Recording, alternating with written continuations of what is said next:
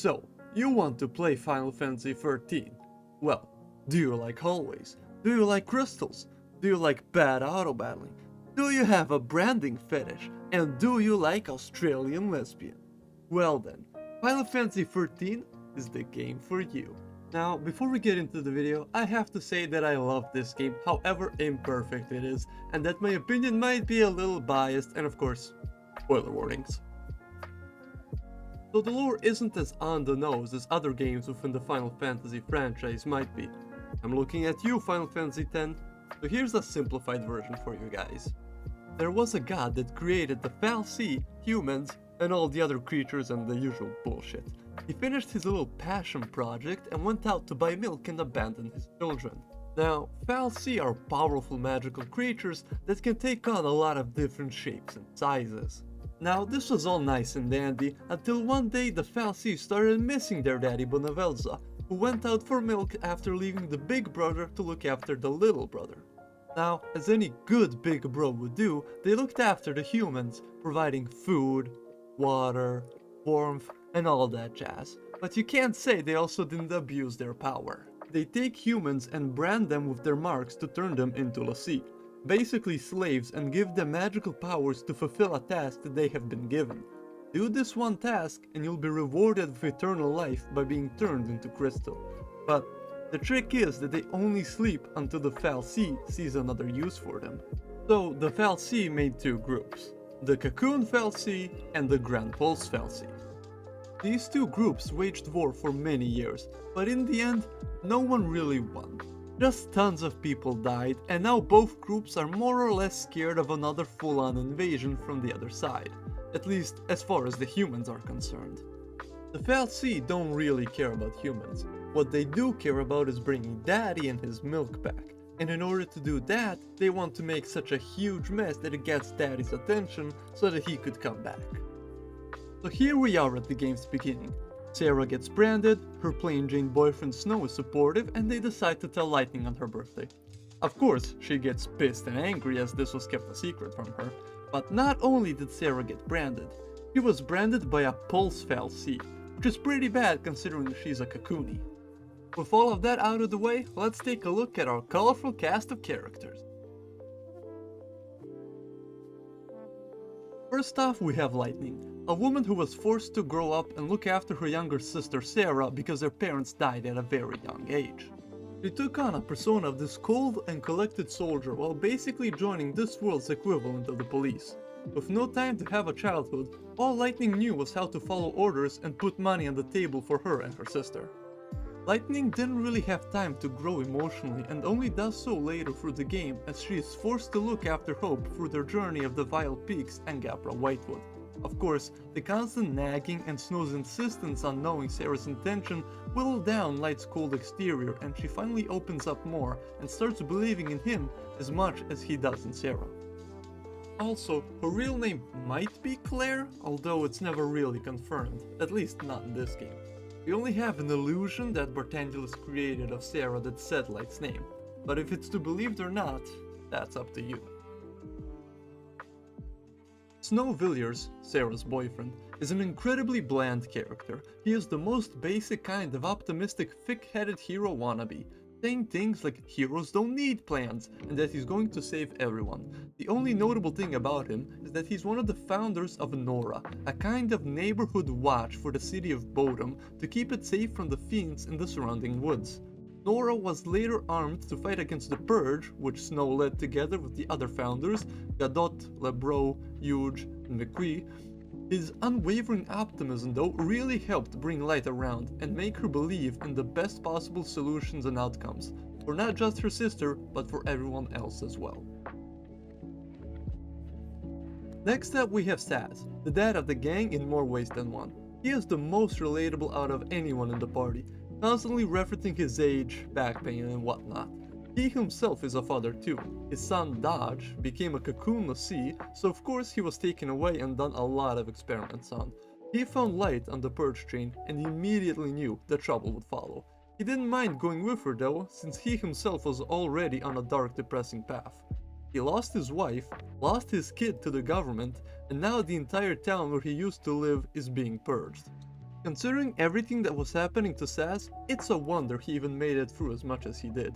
Thankfully, he had met very unique people to help him realize that it's not all just doom and gloom of the world, that there is still hope to save his son and the entirety of Cocoon as well. Hope S-Time is a 14-year-old boy with daddy issues who also develops mommy issues during the game.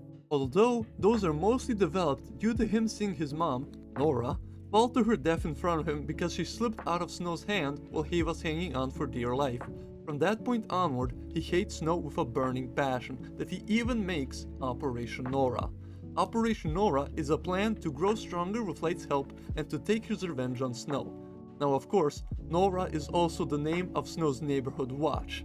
This only enrages the little dude even more as Snow talks about Nora and how he's going to save everyone, when he literally watched him fail to save his mom.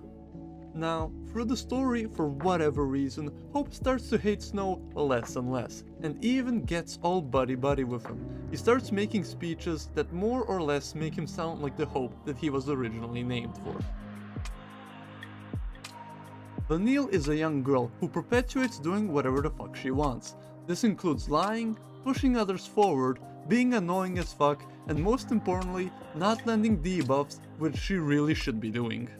Vanille woke up alongside Fang on Cocoon inside a research facility after a nice and long crystal sleep. Those two had a focus which they supposedly completed as they were turned to crystal, but were actually chosen to bring forth the destruction of Cocoon.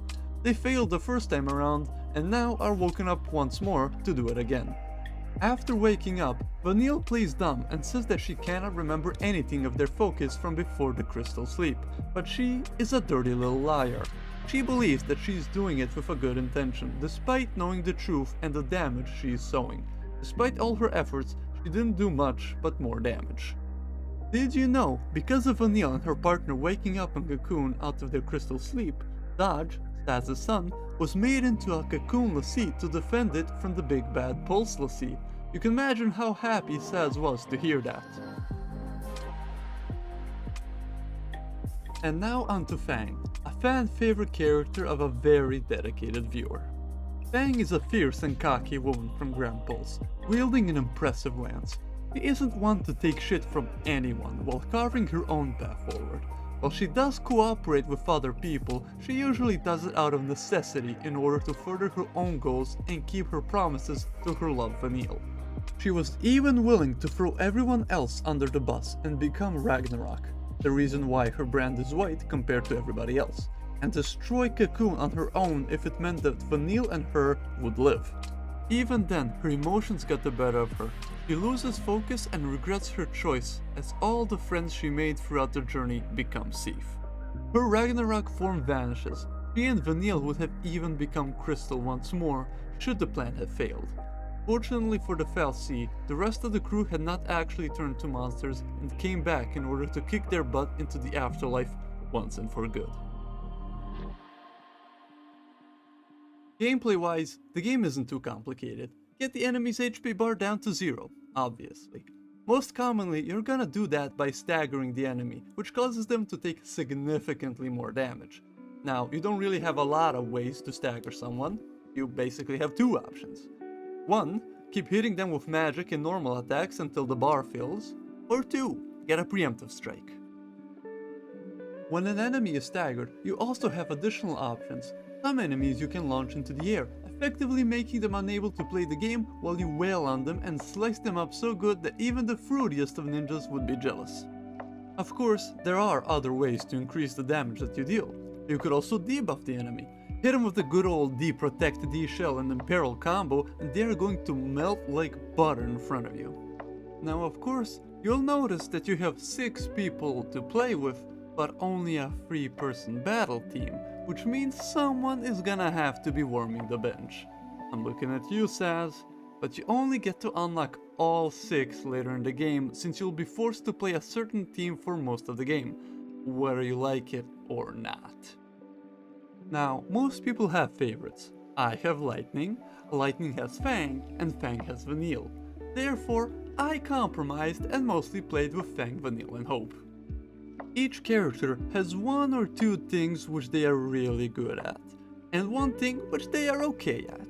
For example, Fang is the best commando, Hope and Vanille are the best ravagers, Snow is the best tank, Hope is the best defensive synergist, Vanille is the best saboteur, Saz exists, and Light does commando and ravager really good, but she's not the best at either. Later on, you can put points into the other specializations, but those are gonna cost you an arm and a leg. So if you really want Hope to take a lot of damage to his stupid little face by making him a sentinel, you can. But before you get to that point, you need to go through a lot of hallways. And I do mean a lot of hallways. Now, hallways on their own aren't bad. Final Fantasy X has proven that. It's just that the world of Final Fantasy XIV isn't portrayed in the same way as 10 is. In 10, you're hand-fed a lot of the information because you're playing a character who has no knowledge of the world. In 13, you are dealing with people who all know exactly how the world works and so on. Most of the details you're getting in 13 is through data log entries, which aren't as fun to go through as the characters explaining the world to you. Side quests in the game aren't as fun or unique, unfortunately. You mostly just fight the same enemies over and over again that you can most often find in the wild, so that's not really much to mention. So, with everything being said and done, I still think you should give Final Fantasy XIII a try, and who knows, you might just love it as much as I do.